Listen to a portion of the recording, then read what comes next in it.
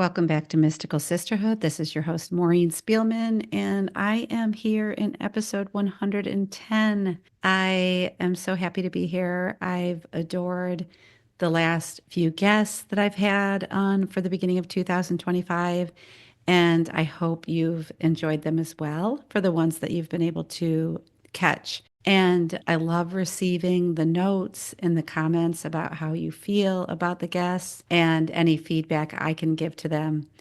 And I think that the messages that continue to be coming through tend to be about this time we're living in, tending to our needs, prioritizing ourselves, knowing fully that we are intuitive beings and that we're connected beyond what we have ever known was possible, and truly deeply understanding who it is we came to be on this earthly plane.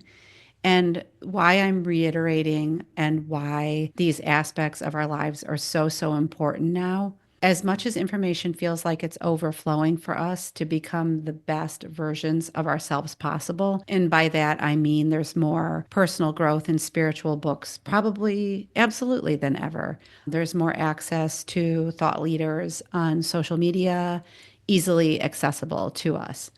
But at the same time, we're also living in a time where we're being drawn away from ourselves by what's happening on the outside world. And there is so much happening on the outside world, which I know I don't really need to get into and to name because you know what I'm talking about. And so I've been reading things for a while that things were going to get crazier and more intense in the outside world. And I really think that that appears to be true. And I know it's all perspective, but there's just a lot of noise out there right now. So, with all that's happening, it's the call for us to stay grounded, rooted in ourselves, connected to one another more deeply with honesty, respect, transparency, and really practicing communing with the universe too. So, it's all those things. But I believe that what we're seeing, definitely what's shown in the news media, highlights so much separation from one another, separation from any higher benevolent force, separation from ourselves. Follow this path of thinking and we've got your back, but it's all based in separation. And if you are tuned into it, you're probably asking, like, what do I do with that? How do I be with that? And asking yourself, how does it make me feel? And if you know that it brings you more overwhelm, despair, and just a general feeling of being bummed out in your life, pay attention to that. You're being guided by those feelings and they have meaning for your life.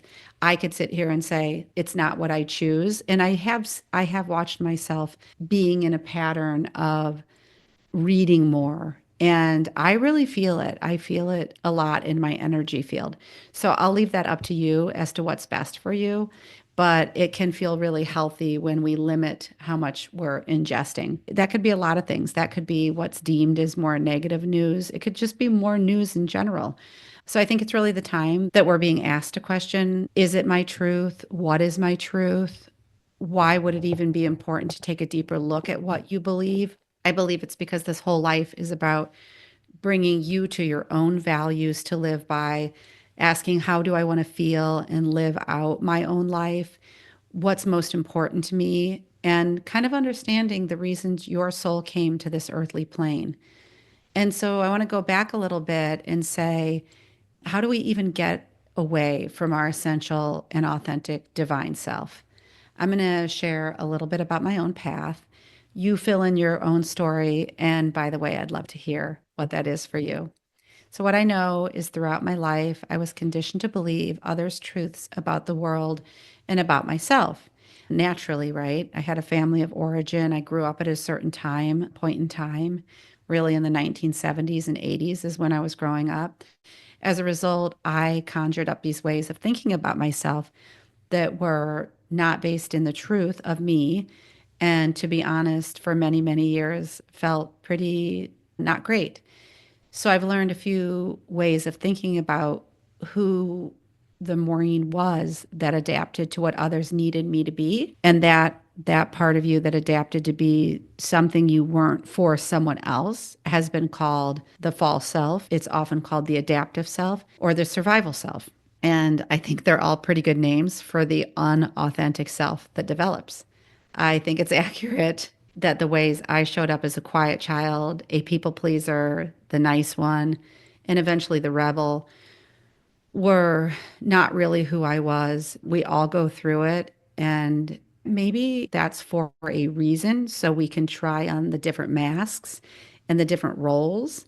And over time, time's going to tell us, even if we know in the moment when we're younger that it doesn't fit, we continue to wear it for a long, long time until I think it becomes so uncomfortable that we have no other choice than to question its existence. I believe that we're all invited to step into our authenticity eventually, but it takes time and it takes understanding. I was in a workshop recently and I had to do some writing about my adaptive child. And so, adaptive child, I think of it like, how did you adapt to your childhood? Which I also think of as my survival self. How did you survive? So it can either be either question. How did I adapt? How did I survive? How did I show up in ways that weren't truthfully me? It's the part of you that did what you had to do in order to cope with your family structure and what it wanted you to be. For me, being quiet was convenient because it kept me in line and there was less chaos and less drama. And it was developed, in response. And it served you too because it kept you safe. It kept that innocent part of you protected. So, a little bit more about the way that I showed up here was that I saw one of the biggest ways I kept myself small as a young child and then into my teen years was to not only be quiet, but be alone with my feelings and emotions. So it's one thing to just become a quieter version of yourself, but it's another thing, like, what do we do with the pain and isolation that we feel inside when that happens? And I would go be alone. And I remember crying to myself in my pillow and how painful and lonely this really was for me. Alongside those feelings were going to my room and like often crying into my pillow and just being secretive about the way I felt. And I think I was just kind of putting this together because you have to find some way when it's uncomfortable for you. It's human nature then. We want some way to make ourselves feel better, to soothe ourselves. And for me, it was mainly finding whatever food I could in the house and then eating food secretly, kind of like absconding it, hiding it, just doing things like that. And I was kind of laughing because, maybe in truth, I was hungry because we had six kids, but I think the truth of it was that it served the purpose of like soothing my feelings that weren't getting met in another way. And what better way to do to find that thing that soothed you temporarily and do it in secret? Because likely doing this in front of others would draw more attention. If you're from, I guess it doesn't matter what size family you're from, because whatever you're using for that behavior, it's not like you're parading it out in front of other people. So I did this for years and years and years and years in some form or fashion. And then it morphed into other reaching out for behaviors, something on the outside that made me feel better. Again, always making me feel temporarily better. So again, I'm talking about the ways in which we get away from our true self. And so I remember a time when I was in college and I turned towards then trying to control my weight, to control something in my environment. And then I was getting all these compliments. Oh, you're so thin. You look so great. What did you do? And I realized right away that when I was getting the compliments, that it felt really flat to me. And what I thought was going to bring me more joy and happiness actually made me feel not seen at all. I think in a way I felt even sadder. I don't know if anyone can relate to that. We do these things to garner attention, but because we know we're in our false self when we do it, it doesn't feel good when we get feedback about it. I mean, that could be said if you got good grades, that would be the representative behavior that garnered quote unquote positive attention coming back to you, but then it feels flat and it's like filling an empty cup. So it was hollow because even with the compliments, I didn't feel seen. All the while, I didn't realize, even at that younger age, that I was really being called to see myself. I didn't know that I could do that. I always thought that it had to be something on the outside. And I was thinking, this is what our parents are for, right? So that we know it's also part of our humanness that we want to know that someone's there for us that we can turn to and share and receive love. And that's a whole nother episode just about receiving. That's part of the reason I think I fell in love even before I studied it, the conscious parenting movement, because it just brings a whole different experience for both the child for sure, but the parent too. And there's so much recognition involved in respect and honor of this little person in front of you because that's all we want. So I'm wondering as I, open up a little bit about behaviors and those parts of my life, like what comes up for you as to your coping mechanisms and the way that you kind of got into that false self. Because I think we all have that part of ourselves. And when we were younger, we didn't have the tools or skills to unravel them. What ways did you keep yourself small and out of the way to keep the peace? I have been naming like some of the behaviors on the outside of the false self that can be reaching towards something like food. Of course, that can be alcohol, that can be acting out sexually, that can be excessive shopping. But there's also I was thinking the things that are not tangible, that are not real things that we can't see. And I noted it in myself, but those can be things like people pleasing and keeping the peace, always doing for others to keep them happy. And in that scenario, we are set up to not feel seen as well. It turns into a cycle of tending to another and keeps us safe and again small and in our place, but all along we're yearning to feel given to as well and to receive. And so I think in many ways too, we always have a heightened nervous system during those times. So when we go to relearn these things as adults, we're also tending to a nervous system that gets kind of inflamed around outside influences, I should say. Another way you might have learned to stay safe and in a role was to control the world around you. I just mentioned grades. So it may have been by being a straight A student, being a star on some field, being uber organized, and all the while something begging from within to be seen and understood by shining that light inward. And these things did keep you safe again, and you may have felt accomplished. But as we get older, that luster falls away, and something inside calls and calls and calls until we begin to listen and heed that siren. And I'm wondering for the younger listeners, if there's an awakening that's happening, and I believe there is, that you're tending to that inner voice and you're not willing to suppress it as long as my generation did. And what a beautiful thing that is. It doesn't mean that our lives are not without the bumps along the road, but it means that if there's a part of you, I think Nicola Farmer said it in the recent episode, if there's a part of you you feel is awakening and something catches your ear, stay on that track. Keep on opening yourself up because what you're ultimately opening yourself up to is yourself. And this is how we bring power back to ourselves is by getting curious about what comes on our path and what's here to help us grow. We find ourselves as adults of any age at a crossroads. Maybe a relationship is falling apart or has been for a long time. Maybe you lose your job or it's being threatened or it doesn't fit anymore and you long for a change. Perhaps you feel an idea from within waiting to be born, only one that you can birth. Or maybe that sticky pattern or behavior finally wants to see the light of day, shared with another person, become understood and let go of.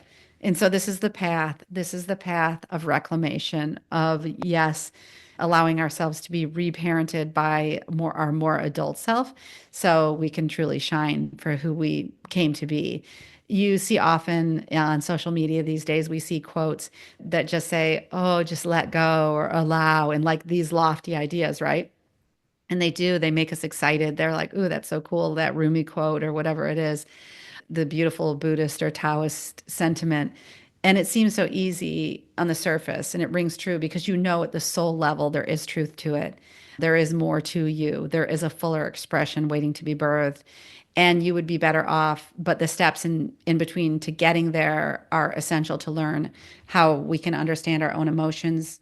Like I said, reparent those hurting places and bring compassion and love to ourselves before anything else in our lives. I know through my own transformation, which I actively work on every day. I reach for something every day that gets me in the zone of knowing my own worthiness. And it becomes, I read this a long time ago, but when you're on the path and you stay on the committed path, it becomes lighter. And it doesn't mean it doesn't have the shadowy, darker times, but it can become lighter and you almost become playful with yourself. And if you can have the people to talk to about your growth, where you can, be serious in one turn, but also be looking for with a joyful and curious lens in another, it takes away what we deem to be the heaviness of it. Because some people are scared to even go there, like, what are you even talking about? I don't want to do that. I've gone my whole life, not talking about it. So I'm really not interested in that, Maureen. But I think that with curiosity and grace that you begin to feel like this inner opening and a broader understanding of what it means to be human, what it means to realize that you're just this unique soul yearning for your fullest expression. I love this for you. I love this for all of us. And there's been no greater time because so much technology, AI is taking over in the outer world. We have to know our place. We have to stay grounded in order to use it wisely. We don't want to let go of our ability to be this core human being that makes really informed choices. Liberties are being threatened. The outer world at times seems to be crumbling and burning, and it has been. And they're all a call back to knowing ourselves, treating ourselves with dignity, seeing our own brilliance and bringing it to life. And this is healthy and healing, not only for ourselves. And this is another way that Nicola Farmer said it, but not only for ourselves, but then for our family units, our communities, and the world. And it's just like these concentric circles, and the goodness keeps on going out and out and out. And I want to say, make connecting to yourself every day a priority. Put understanding your own patterns and upsets, behaviors, repeated behaviors that seem like impenetrable to the top of your list. I can sit here and say, I know you're worthy of this work. I know you're here to express that certain something that only you can do, and the world needs you desperately. Why would you be here otherwise? I will say that I see my clients bravely and curiously embark on this work in their lives and finding the space that not only feels safe, but joyful in the self exploration, pulling in the aspects of our emotional healing journeys, but bringing in our soul self and the spirituality around us to kind of understand the world around us. It's been so much fun to learn through my teacher Susie Lula and the countless guests I've had on about being a soul on this journey. So I love to infuse and incorporate that into my work. There is nothing more important than an individual who knows themselves, says my former guest, Julie Pyatt. And I really couldn't agree more. I want to end by saying you are your winning ticket. You are what you've been waiting for. I've seen my own transformation and learning to turn to me instead of anything on the outer to fill my needs. Of course, I remain connected to my most beloved people and continue to meet beloved people, but I don't look to them like I once did to fulfill me or fill my needs. That's my work. And the byproduct is just really rich relationships. I'll say it one more time. There has been no greater time that we are called to recognize when we are in our false self or false identification of who we are so that we can move toward being our most authentic self as much as possible. It's been a life intention for me for some time that I want to know not only the authentic Maureen, but be that person in every situation I'm in. So I don't want to not be the most authentic version with this person and not with that person. My intention is to shine and bring the me that's free and liberated from the survival self and the adaptive self and come as I am. I know that I'm a byproduct of a person who has been so committed and know firsthand that we can reach these places. And of course, I get knocked out of it at time to time in my life, of course. But for the most part, I live in the zone of self knowing and betting on myself as having the answers and getting the guidance when I need it and how I need it. So I want to say you will learn that what you seek is inside of you. You will learn that you are immensely resourceful and hold all of your answers. You will know that you came to live a big life and become fully expressed. both in my individual coaching practice and the groups and programs I run. I'm here to support and cultivate your most vibrant self, to honor all that you've been through and meet you where you find yourself in the here now. I bow down to your experiences and the work that entails the imprints they have left within you, knowing these places are here to understand and heal. The more of us that join in on this work, the more light showers the earth. We are connected more than we know. And I'm honored to be on this journey with you. Visit my website, maureenspielman.com or mysticalsisterhood.com to learn more about my coaching, about groups I run, and I hope to see you in one of them in the future. Let me know how this episode landed. As always, I'm grateful for your listenership. Share widely if it impacted you in any way. I'll see you in the next episode. Thanks for listening to this episode of Mystical Sisterhood. To learn more about my one-on-one coaching programs or join the Mystical Sisterhood membership, visit maureenspielman.com or mysticalsisterhood.com. Thanks so much. I'll see you in the next episode.